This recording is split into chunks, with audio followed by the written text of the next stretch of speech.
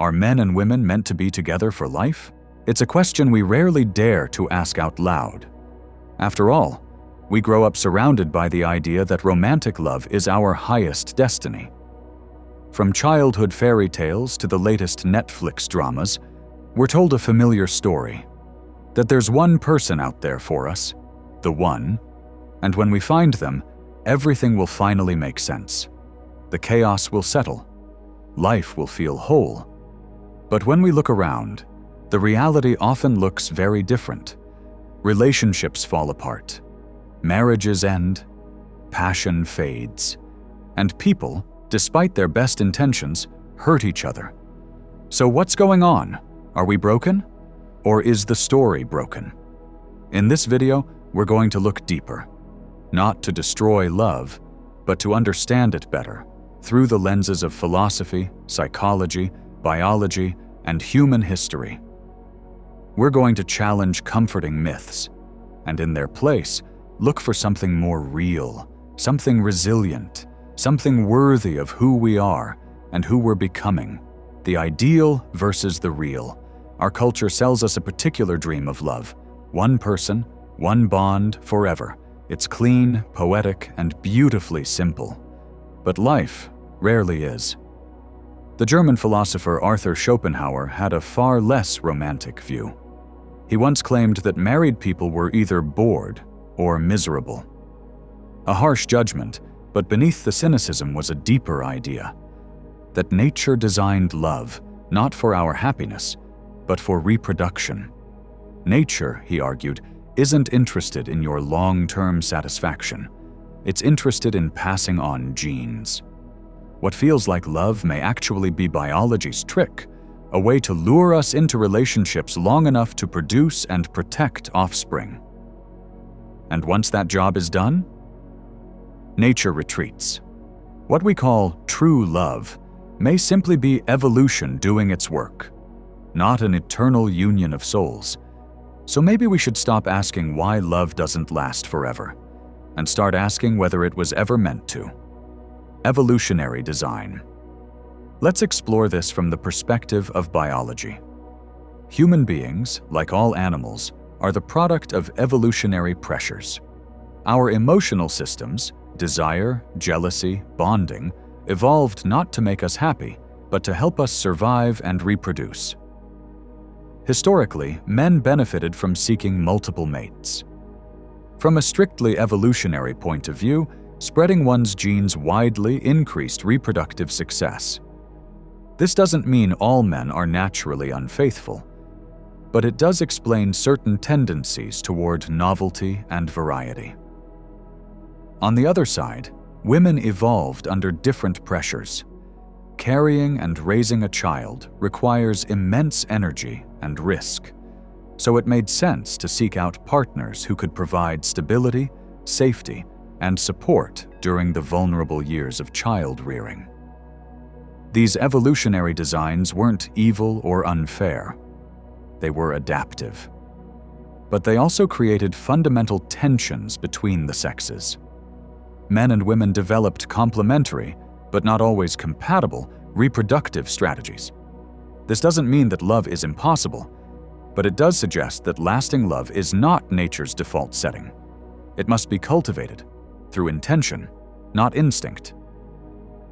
Carl Jung, the Swiss psychologist, added another layer to this story, a psychological one. He proposed that every man carries within him an unconscious image of the feminine, which he called the anima, and every woman an unconscious masculine energy, the animus. These archetypes influence who we're drawn to and how we relate to the opposite sex. When we fall in love, Jung suggested, we're often not falling in love with the person themselves. We're falling in love with our projection, our fantasy of what they represent. We project our unmet needs, our idealized qualities, our missing parts onto the other. And for a while, this illusion can be intoxicating. Everything feels magical. We feel whole. But eventually, the projection fades. Reality enters. We start to see the other person not as a dream, but as a human, flawed, complex, contradictory, and this is when most relationships begin to struggle. Some people leave at this point, believing the love has died. But Jung believed that this moment, the death of the fantasy, is actually the beginning of real relationship. To love someone not for who you imagined they were, but for who they are. That takes maturity. And most people, Jung believed, never reach it. The social engineering of monogamy. Let's take a step back in time. Lifelong monogamy is often spoken of as natural, but in truth, it was engineered. For most of human history, marriage wasn't about romance. It was about property, inheritance, and social order. Monogamy was enforced, not chosen freely. Religious institutions, legal systems, and economic necessity all pushed people into long-term unions, whether love was present or not. Women, in many societies, had no viable path outside of marriage. Men needed heirs and household stability. So both entered into a system that offered structure, even if it didn't offer fulfillment. Today, many of those structures have dissolved. Women can live independently. Men are no longer expected to provide alone. We now seek relationships based on emotional connection, shared values, and personal growth. But the question remains, without cultural enforcement, are we still built for this? The cycles of romantic dissatisfaction. Modern relationships often follow a familiar pattern, a cycle that plays out again and again. It begins with idealization. We meet someone new, and everything about them feels perfect. They reflect our hopes, our fantasies. We believe we've finally found what was missing. Then comes the fusion.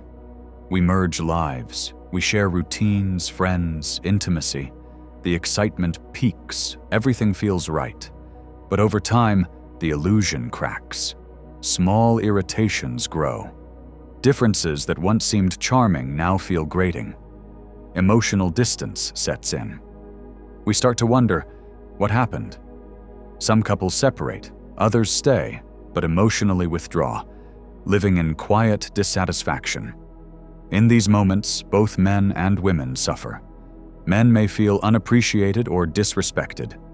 They long for peace, for purpose, for recognition. Women may feel emotionally neglected, overwhelmed, or unseen. They crave connection, but feel like they're speaking into silence.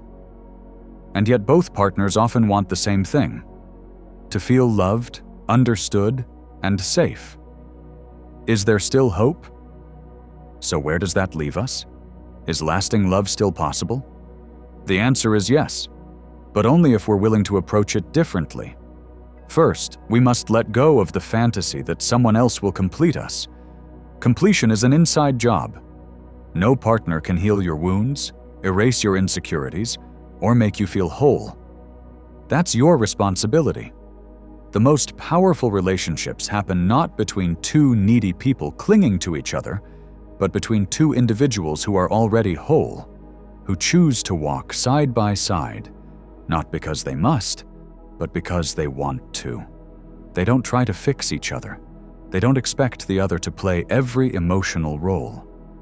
Instead, they grow together, sometimes in harmony, sometimes in tension, but always with respect. Love, at its best, is not possession. It's not safety. It's growth.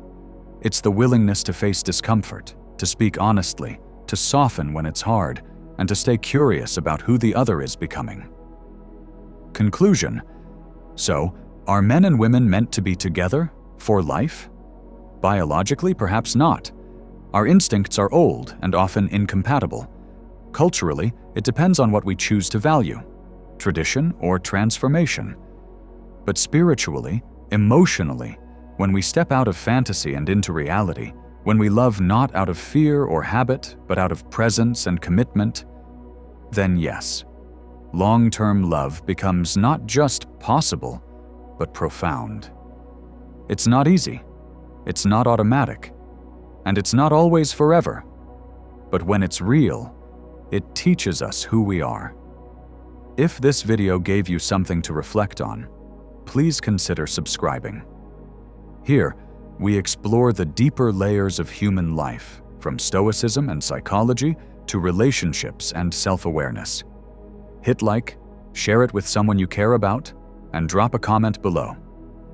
Let's grow together, not just in love, but in truth.